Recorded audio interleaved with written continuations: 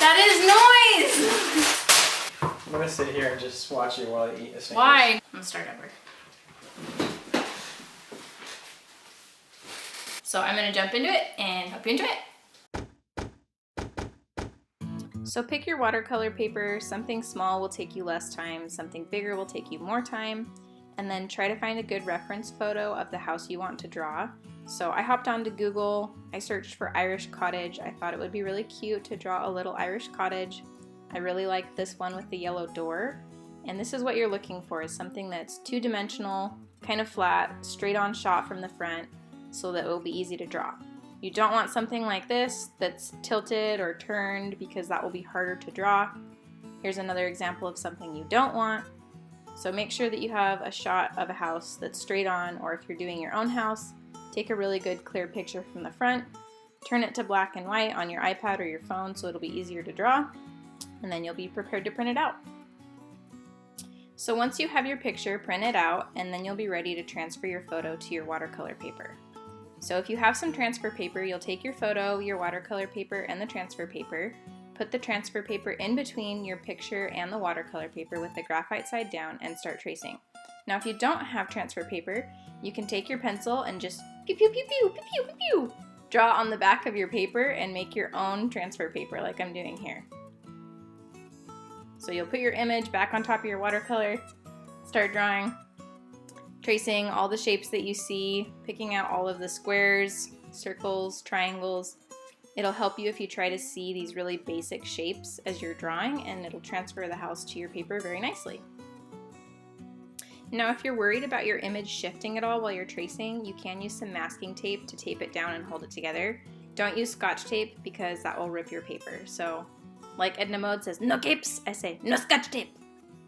You can also trace directly on your iPad, but watercolor paper might be too thick for this, so you might need to use one of the previous methods to trace onto a thin piece of paper and then transfer it to your watercolor paper.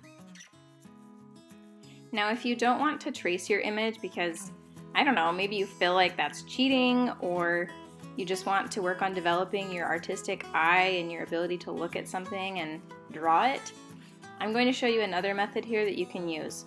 So if you have a program like Procreate or Illustrator, you can put the image in on one layer, and then on the other layer you'll pick a color that contrasts with your black and white photo so that you can see it very easily, and then outline the main shapes that you see. So squares, triangles, circles. You'll remove the photo from the image and you'll be left with this really nice simple image that'll be easier to draw.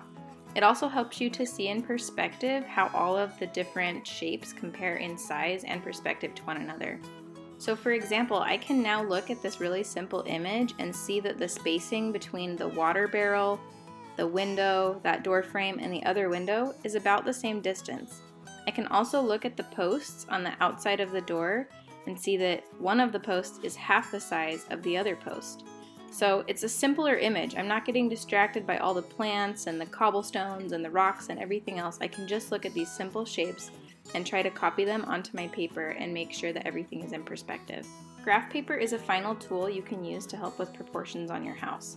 As I'm drawing these windows here, you'll see I put 3 squares in between each window and the door frame. This also helps you to draw straight lines, and then you would just transfer your image to your watercolor paper using transfer paper. Final touches, final touches. So once you have your house transferred, it's all fun and games. You can add all the details, draw in your little plants, draw in your roof tiles, make sure that it all looks nice and ready to go. So on to step 2. This is my favorite part.